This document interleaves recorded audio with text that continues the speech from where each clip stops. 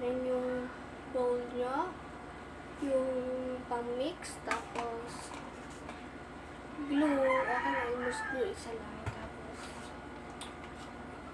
Kasi mahal yung mga borax, so detergent na lang ako sa inyo. Tapos, gusto nyo lagyan ng color, bili ko ng color lang. So, let's start. Una muna, ilalagay natin yung glue. Wait.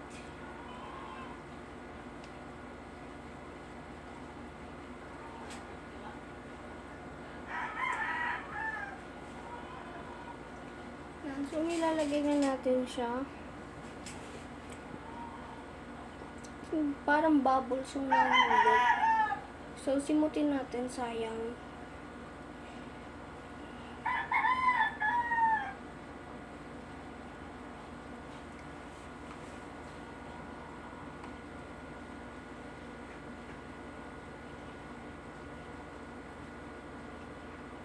Yan, sayang. Para lumaki din yung slime, diba?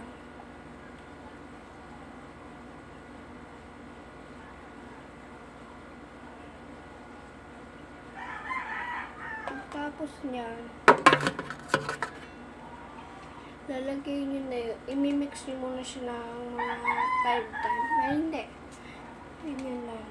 1, 2, 3, 4, 5. Tapos, lalagay nyo na yung gusto nyo coloring. So, ang bibiliin kong coloring ay color violet na lang.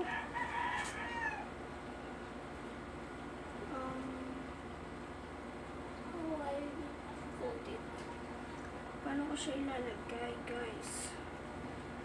So, wala lang.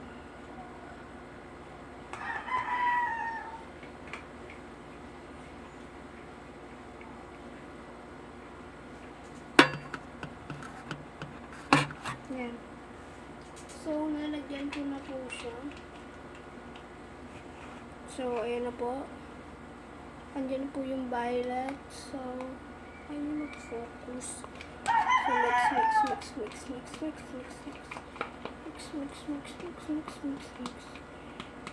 and mix.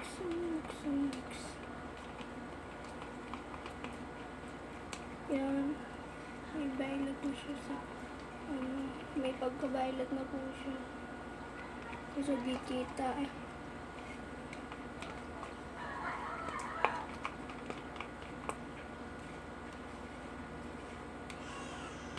Masyado kasing nakakainis sa cellphone ko, di makita. Parang siya. Di niya ako makita. So, lagyan na natin siya ng Ariel detergent ng pakonti-konti. Kasi kung wait, ikakat ko lang siya.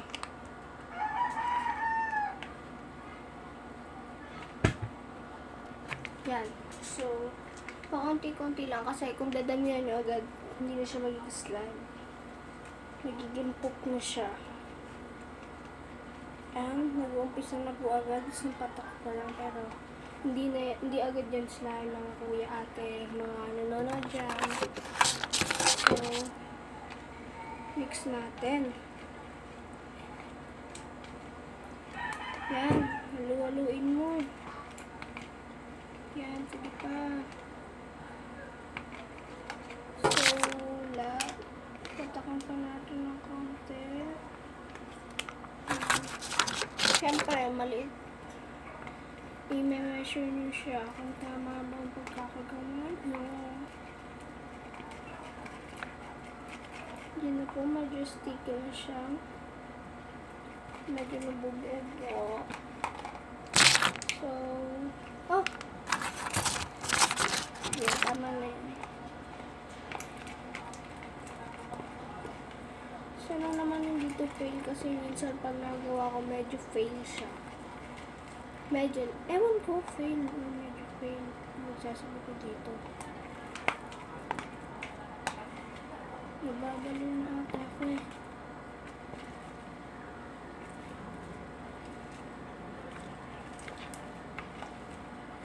Yan, so, lagyan pa natin sa side. Hanggat di siya nabubuo. lalagyan ko siya ng pakunti-kunti hanggang mabuo siya.